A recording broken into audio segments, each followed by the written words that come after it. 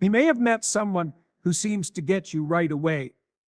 They laugh at your jokes, finish your sentences, and seem to have the same beliefs, hobbies, and even way of speaking as you.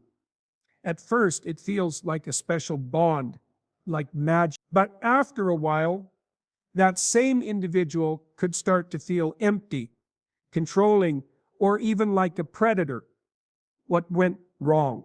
You probably met someone who was good at mirroring, which is a psychological trick that narcissists commonly employ to obtain trust, power, and control. Mirroring is more than merely copying or flattering someone. It's a planned technique based on psychology that aims to disarm, attract, and eventually take control. And while many people automatically copy what others say to get along, narcissists take this to an extreme. They don't use mirroring to connect, they use it to control. This video talks about how narcissists use mirroring techniques, why they work so well, and most importantly, how to spot them before it's too late. We need to know what a narcissist is before we can understand mirroring.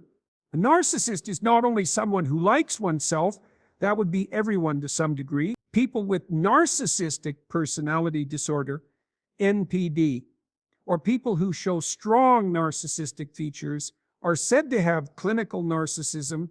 These traits include an inflated sense of self-importance, a high need for admiration, and a lack of empathy for others. These people want power and to be validated, and they'll do everything to obtain it, even copying the people they want to take advantage of. So how does mirroring fit into this? Imagine meeting someone that copies how you talk, move, think, and even how you feel.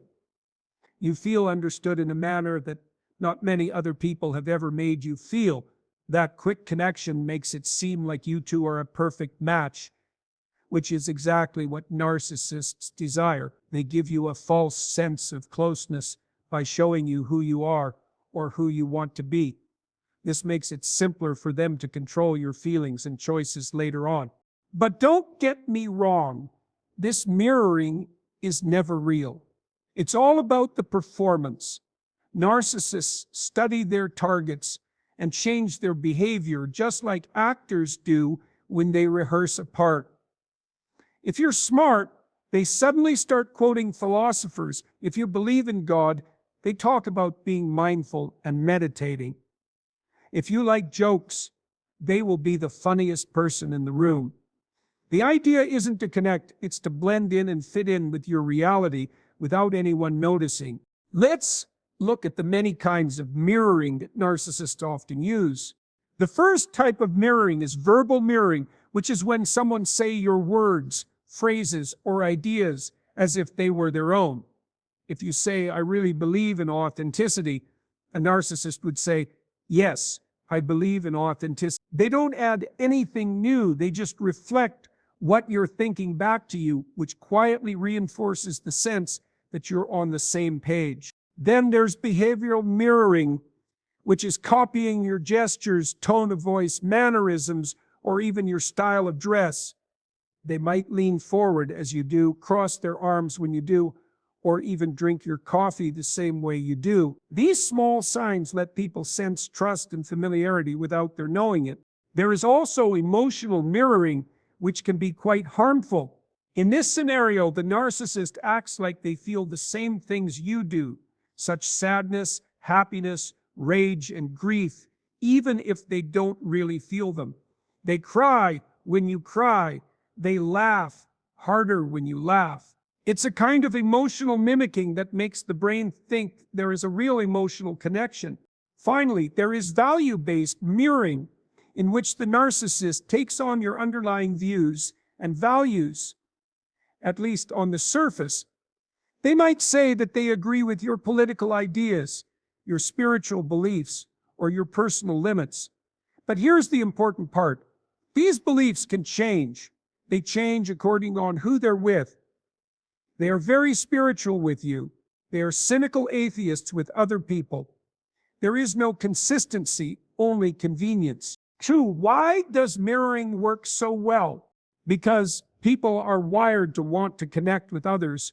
We think that things that are alike are safe.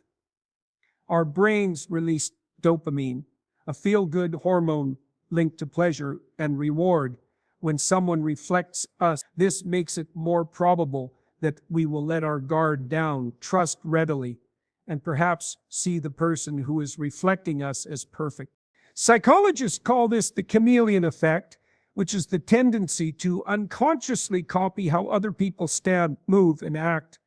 People who are subtly mirrored in conversation say they like their discussion partners better and rate them more positively. Narcissists know how this works and use it to their advantage. They don't mirror because they care. They mirror because it's smart. And once trust is built, the manipulation starts. 3. What comes next after the mirroring phase? Once the narcissist has earned your trust, they start to show their genuine selves, or at least their true goals. The mirroring stops, and the mask comes off. They are now condemning you for things they used to laud. They say things that don't make sense. They make you doubt yourself. They make you doubt what you see and hear, put you down and cut you off from those you care about. This is a sign of narcissistic abuse, and it's called the idealized devalue discard cycle. Mirroring is very important during the idealization step. Then follows devaluation, when the narcissist makes you feel less confident and less free. Finally, throw them away when they leave you or push you away emotionally. It's vital to remember that not everyone who copies you is a narcissist. Mirroring is a normal element of bonding in healthy relationships. The distinction is in how consistent and purposeful they are. Mirroring in a healthy way happens on its own and is mutual. Narcissistic mirroring is planned, one-sided, and always leads to exploitation. 4. How can you tell if someone is mirroring you early on? Keep an eye out for these warning signs. They seem like they were made just for you. Like they were made just for you. Depending on who they are around, their personality changes a lot. They don't often come up with new ideas. Instead, they just repeat what you say. They know a lot about you, but you don't know much about them. People talk about you, yet somehow they always come back to them. If you think, wow, they're just like me, but also feel tired or bewildered after being with them, there's a clue that something is wrong. 5. Can you keep narcissistic mirroring from happening to you? Yes, and the first step is to be conscious. When you know how mirroring works, you can recognize it for what it is, a tool, not a bond. Here are some ideas. Take it easy. Don't trust someone who seems too good to be true right away. Look for consistency. Do they treat other people the same way?